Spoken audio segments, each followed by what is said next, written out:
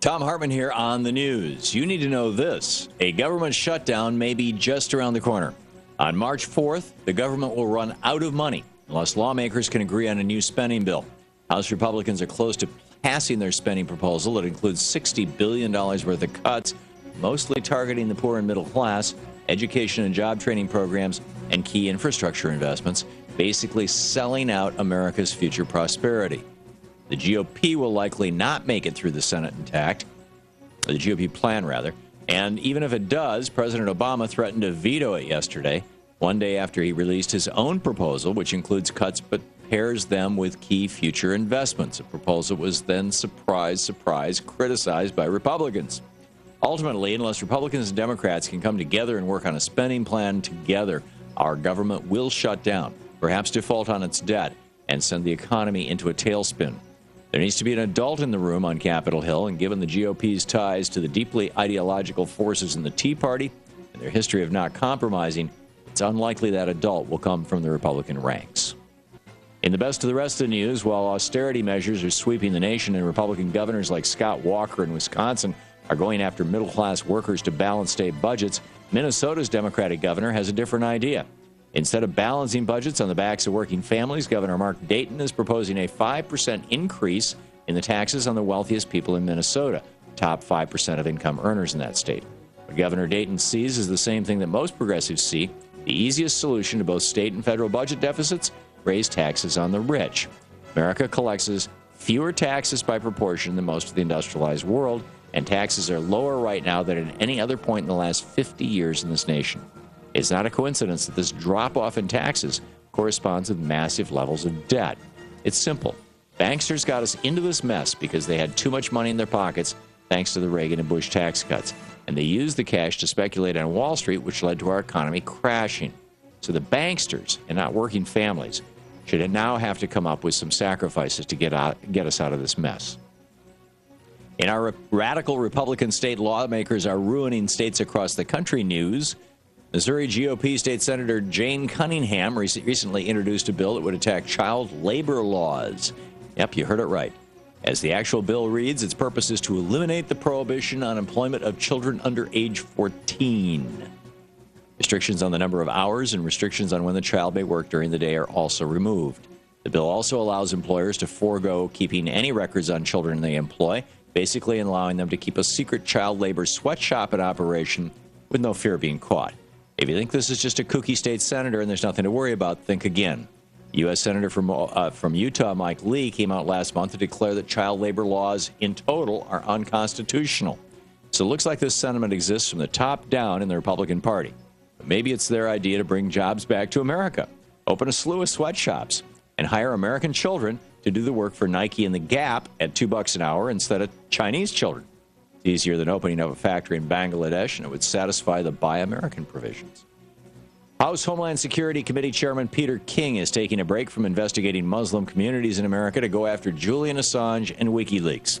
Yesterday, King introduced the so-called SHIELD Act, which would classify the publishing of confidential documents as espionage, a crime punishable by death. The ACLU has fired back at King's legislation, saying if the Espionage Act were to be applied to publishers, it would have to be a particularly negative effect. It would have a particularly negative effect on investigative journalism, a necessary and fundamental part of our democracy. Of course, that negative effect on journalism is exactly what Peter King and the Republicans want. End investigative journalism that could uncover their own corruption and the corruption surrounding their campaign donors on Wall Street. Not sure what makes Peter King more dangerous, his agenda to target Muslims or his agenda to target journalists. Speaking of targeting WikiLeaks, the private security firm HB Gary Federal canceled its plans to attend the RSA Security Conference in San Francisco this week after their booth got hacked by Anonymous. And finally, Watson. Day 2 of Jeopardy. Still ahead. That's the way it is today, Wednesday, February 16th, 2011. I'm Thom Hartmann on the news.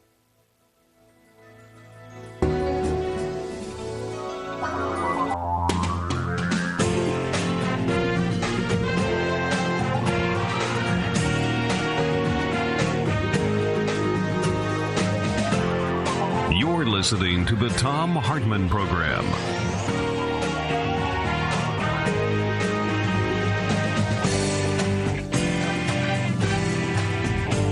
o'clock. Thom Hartmann here with you, 6 minutes past the hour. Okay, we've got Republicans in Missouri. You got Jane Cunningham, for example. And I believe that Louise is posting the phone number of her office if you'd like to just share your thoughts with her. She's a state senator. State Senator Cunningham, Senate Resolution 27 passed yesterday. She was appointed yesterday to serve as chair of the General Committee's laws. There's a rolling scroll of news. You know, one of the things is that Missouri is one of those states where people don't want to relocate because you can't be guaranteed that you won't be forced to have a labor union. Anyhow, her telephone number, 573-751-1186. And she is suggesting, well, here's the description of her law. This act modifies the child labor laws. It eliminates the prohibition on employment of children under age 14. So that's going on there. I mean, they're talking about basically going back to Hammer versus Dagenhart. They want to relitigate that case, and the case that ultimately overthrew it, which was U.S. versus Darby Lumber in 1941, but in 1918, that was how it happened. And meanwhile, in the state of Wisconsin, you've got the governor, Scott Walker, saying, another Republican, surprise, surprise, with the Republican state legislature saying, we're going to blow up the right of state employees to collectively bargain. And, oh, by the way, if they don't like it or if they show up to protest, I've got my own private police force here.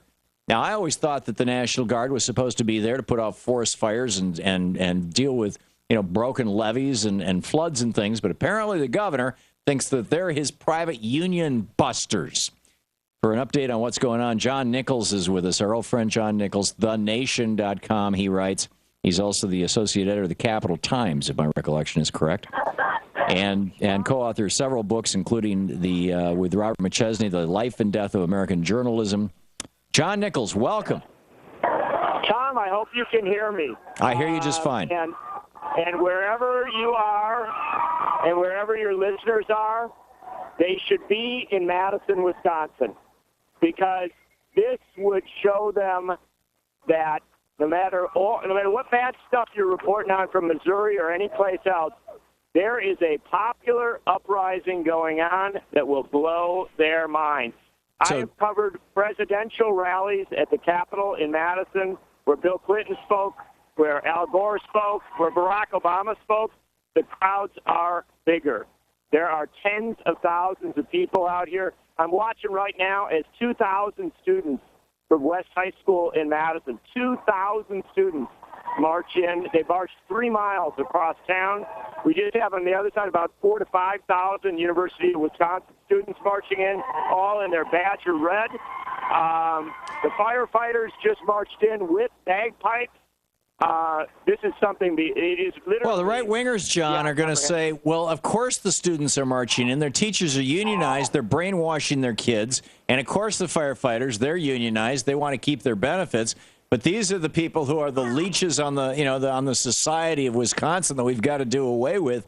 The thing that I'm curious about, John Nichols, is has the Tea Party shown up? Because I believe that the average Tea Party person is actually probably with the protesters. They want there to be a strong middle class. They're being led astray by these billionaires. Can I tell you something, Tom? There's two groups of people that are learning a lot this week in Wisconsin. When Governor Scott Walker announced on Friday that in 6 days he would unilaterally cut the pay, cut the benefits, end the pension, and strip away all collective bargaining rights for all public employees, not just state employees, but county and municipal employees across the state. When he announced that, there were an awfully lot of blue-collar county workers, snowplow drivers, and other folks who thought that they were part of the Tea Party movement, right, and suddenly realized that they were part of the working class. Yeah, surprise. And AFSCME, the union AFSCME, has been airing radio ads with only Republicans. Republican members talking about how they voted for Scott Walker, how they went to Tea Party rallies, how they believe that they're all about defending freedom and defending the Constitution, and they are wondering why the governor they elected is threatening to call out the National Guard when they exercise their First Amendment right of assembly. Yeah, well, I'm wondering the same thing. First of all, does he even have the right to do that? Look, governors have abused the National Guard historically for political purposes. We know that to be the case. But what is important is the reality that our National Guard, like National Guard units in most of the country, are disproportionately made up of county employees and teachers. The National Guard is public employees, doing their little extra bit for society. So I could just see Scott Walker standing up there on those steps of the Capitol going, "Okay, you National Guard guys, aim!" And they all turn and point at him. Well, what I can tell you is this. Not that I would wish him, anything no ill. harm to anybody. These are peaceful demonstrations. I think that, what I want to tell you, Tom, is I have seen more comparisons to Egypt. There are even, white working-class state employees from rural Wisconsin who've gone online and made posters in Arabic celebrating what happened in Cairo and saying that the same kind of people power thing can happen in Wisconsin. Yeah, and so great. I want to emphasize to you, I really want to emphasize this, Tom, I've been on air with you. I've listened to you. I love the spirit that you've brought to these national debates. And I just want to tell you, everything that is in your heart and your mind is in play in Wisconsin right now. These crowds are unbelievable. The firefighters, Walker tried to buy the firefighters off. He exempted them from all the things he was doing. He said their collective bargaining rights would not be stripped. For 2 days, the firefighters were silent. And then when they started to see these rallies, they said, we cannot stand on the sidelines. Today, more than 500 firefighters from across the state, from rural towns and outstate counties as well as the big cities, marched into this rally behind units of bagpipers, and there were literally people with tears in their eyes. The labor movement, which was Walker tried to divide the labor movement. He, in fact, has united it. That's remarkable. So, John, in the minute we have left, how is this going to play out? We're going to have a hell of a day tomorrow. I want to tell you, the rally today, it's easily, 15, 20,000 people. There's no doubt of that. Right. Tonight, there will be 10 to 15,000 people. There's simply no question they are going to march into the Capitol. I do believe that tomorrow is going to be a very tense day. There's a very good chance the Republicans will do what they want to do. But I will suggest to you, and I don't want to overemphasize or overplay the comparison, but, in Cairo, Mubarak did what he wanted to do for a few days, too. I'm not sure these demonstrations are going to stop. There's an energy that's really quite remarkable. Yeah. So, unlike most of our stations, Madison delays our show by 3 hours. So it's 1:15 right now Eastern time, so it'd be noon 15 Central time. But this interview will play 3 hours from now, 3:15, and still the demonstration will be going on, and people should come down and show up. And Tom, people should know that there's going to be a huge demonstration. Teachers from across Wisconsin will be at the Capitol at 5:30 tonight.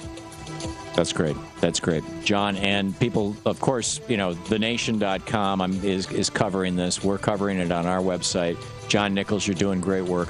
John, keep the story alive. Keep it going, and check in with us. If you've got any updates of consequence, give us a shout. We'll put you on the air. Thank you, Tom. You're terrific. And everybody's excited. Thank you, John. This is the Thom Hartmann Program. We'll be back. Got to talk about labor here. What is the Republican agenda? I say it's to roll back the New Deal.